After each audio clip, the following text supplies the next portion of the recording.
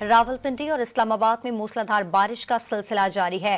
जुड़वा शहरों के नशीबी इलाके ज़ेरियाब आ गए हैं। मजीद जान लेते हैं, डॉन न्यूज़ के नुमाइंदे मोहम्मद ताहिर नसीर इस वक्त हमारे साथ मौजूद है। ताहिर, बताइएगा मौसम की अपडेट क्या है और नशीबी इलाकों में इस वक्त सूरत हाल क्या है?